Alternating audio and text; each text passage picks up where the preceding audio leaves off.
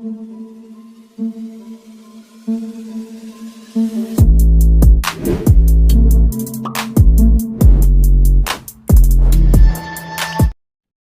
दोस्तों, scary story official में आप सबका स्वागत है। आज की कहानी की तरफ बढ़ने से पहले चैनल को सब्सक्राइब कर लीजिए और अगर कहानी अच्छी लगती है तो प्लीज़ लाइक एंड कमेंट करना मत भूलिएगा। दोस्तों, आज की कहानी एक ऐसे गांव की कहानी है जो कि वहाँ पर एक ऐसी घटना हुई जो बहुत ही ज़्यादा भयानक थी। एक ऐसी दुल्हन जो चुड़ैल थी। ये नहीं करेंगे कहानी की तरफ बढ़। कहानी है एक छोटे से गांव। वहाँ पर एक परिवार था। लड़के का नाम कमल किशोर। कमल किशोर अभी 18 साल का था और अपने घर का इकलौता लड़का था। उनके घर में और कोई संतान नहीं थी। तो बाबा दादी ने बोला कि हमारी तबीयत ठीक नहीं रहती है तो कमल की शादी कर दो, क्योंकि मैं चाहता हूँ कि उसकी बहू आ जाए और नाती पोते हम देख लें। तो कमल किशोर के पिताजी भी बोले कि ये बात तो सही है, उम्र भी हो रही है। कमल किशोर अभी 12th क्लास में था और उसकी तो मर्जी इतनी नहीं थी, लेकिन फिर भी अब शादी जैसी नाम सुन करके वो भी खुश हो गया। उसने कहा चलो ठीक है, शादी हो जाएगी, कौन सा मुझे कुछ खिलाना पिलाना है, पिताजी ही करेंगे जो करेंगे। यही सोच करके उसने हामी भर दी। अब लड़की देखने का सिलसिला चालू हुआ और एक गांव में उसे एक बहुत ही खूबसूरत लड़की मिल गई।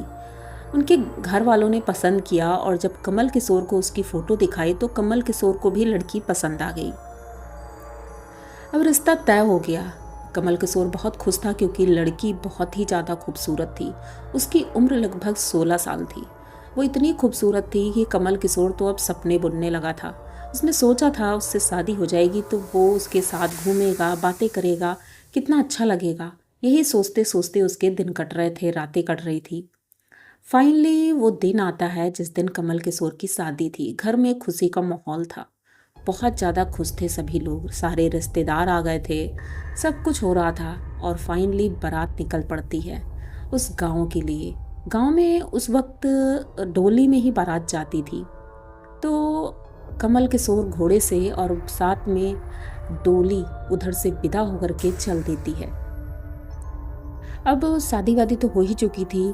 जब बारात लौटी तो दोपहर का वक्त हो चुका था और इन लोगों ने सोचा क्यों ना एक जगह पर विश्राम किया जाए। तो ये लोग विश्राम करते हैं, लेकिन उस चक्कर में ये लोग लेट हो जाते हैं। सबके सब थके हुए थे रात के, तो सब सो गए थे।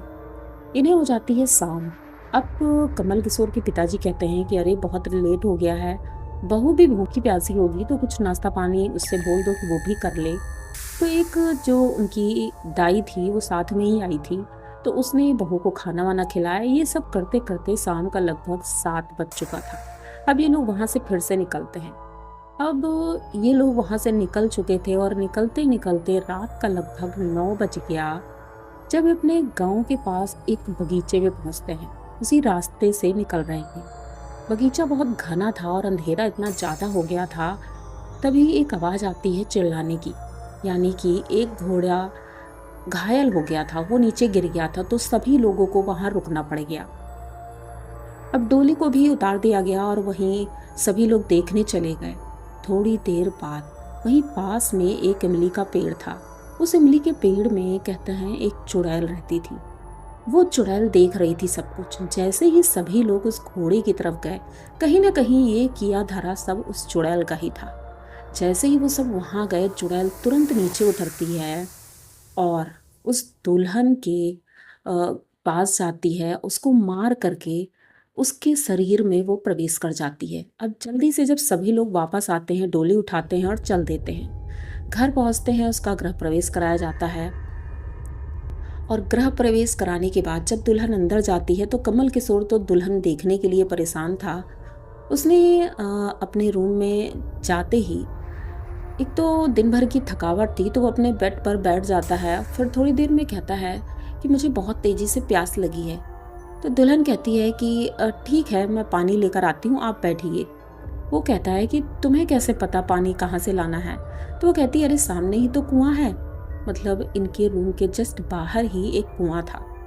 तो वो उठती है और जाती है तो ये खिड़की से देख रहा था। उसने देखा कि उसने रस्सी से पानी नहीं खींचा बाल्टी से, उसने लोटा हाथ में ले रखा था, उसी हाथ को कुएं के अंदर डाला और पानी निकाल लिया। अब ये भागते हुए बाहर गया था तब तक, और जैसे ही उसका हाथ देखा, इतना लंबा हाथ, वो देख करके चीखते हुए वहीं नीचे गिर जाता है। अब जब उसे होश आता है तब देखता है कि वो पानी लेकर अंदर चली गई थी। ये उठकर अंदर जाता है तो उससे पूछता है, तुमने पानी कैसे निकाला? तो कहती, अरे वो मैं निकाल लेती हूँ, पानी ज़्यादा नीचे नहीं था। कमल किशोर बहुत ज़्यादा डर गया था। अब वो डरता हुआ बैठा था वहीं पर। तभी उसकी निगाह सामने शीशे पे पड़ी। बहुत बड़ा शीशा लगा हुआ था रूम में, और उस शीशे में दुल्हन का चेहरा दिख जाता है। वो चेहरा इतना भयानक था कि वो फिर से चीखता है, और जैसे ही वो चीख के बेहोश होने वाला था, वो दौड़ कर आती है, उसको पकड़ती है और कहती है कि तुम इस तरह डर नहीं सकते। हाँ, लेकिन तुमने मेरा चेहरा देख लिया है, इसलिए अब मैं तुम्हारे साथ नहीं रह सकती हूँ, क्योंकि मुझे ये श्राप मिला है जो भी, कि जो मेरा चेहरा देख लेगा मैं उसके साथ नहीं रह सकती हूँ, लेकिन मैं तुम्हारे गांव वालों का बुरा जरूर कर सकती हूँ। तो ये कहता है कि मतलब, कहती है क्योंकि ये मेरा ससुराल है, और अगर किसी ने मेरी बात ना मानी तो ये पूरा गांव तबाह हो जाएगा। अब कमल किशोर बहुत ज़्यादा डर जाता है।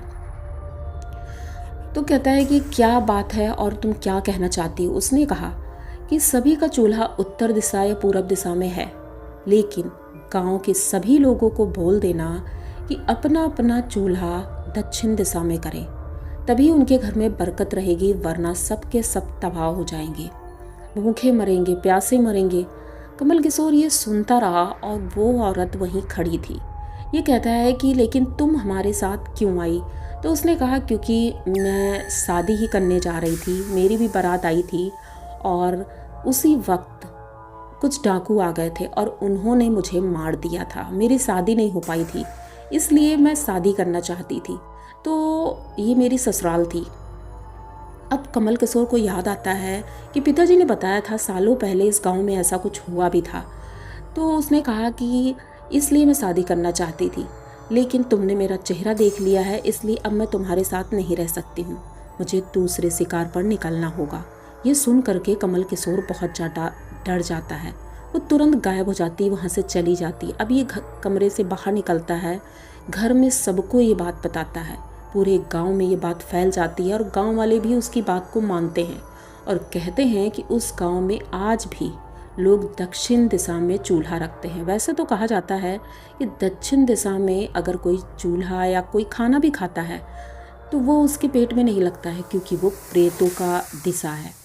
लेकिन जब वो कह के गई थी, उसके बाद से उस गांव में बरकत ही बरकत हुई, सभी सुख का जीवन जीने लगे, किसी को कोई प्रॉब्लम नहीं हुई। लेकिन कमल किशोर ने आज तक शादी नहीं की, क्योंकि वो शादी के नाम से ही डर गया था।